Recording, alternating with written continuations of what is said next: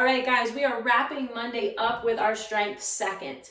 You're going to notice that we're doing split jerks for the strength, and we gave you guys some rep ranges to follow. This different rep ranges is because some people have heavy weights at their house and some people don't have much weight at all. Some people have barbells, some people have dumbbells. So depending on what you have, you're going to decide what you're going to use for a rep scheme. However, we're all going to follow the same timer. If you're doing, or regardless of what you're doing, the first 4 sets are going to be on a 2-minute loop, and then the last 4 sets are going to be on a 3-minute loop. Those of you who have the ability to load up your barbells on those 3-minute loops, that's when you're going to do your singles or your lower reps. But some people may be following the same rep scheme for the entire WOD.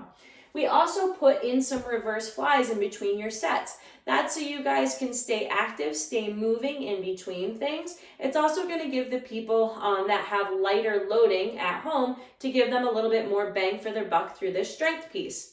So let's talk about the split jerk first with a barbell. Remember, we want to be in that front rack position. We don't want it to be as extreme as we were doing front squats, but we want those elbows to be slightly in front of the bar. That's so that that bar can still sit in our front rack, and when we go to dip and drive, we're heaving that barbell off of our shoulders. So remember, we're going to do nice aggressive dip drive and then punch up to get underneath it. We don't want to see any soft elbows when we go to punch up. We want to see a nice aggressive lockout. So it's going to look like this.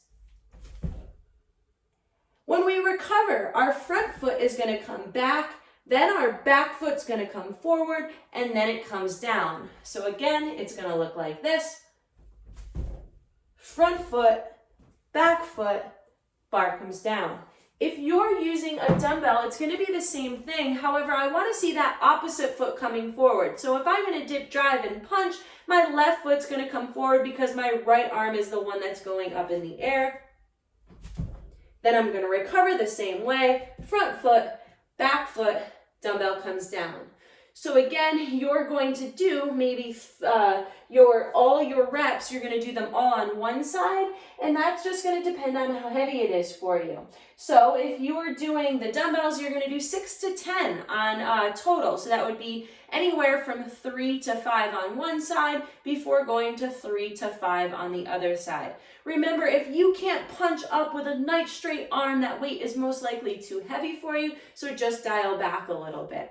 Take a look at the rep schemes and just do what you see fit. Pick a challenging weight, but just remember that dip, drive, and aggressive punch is what we're looking for.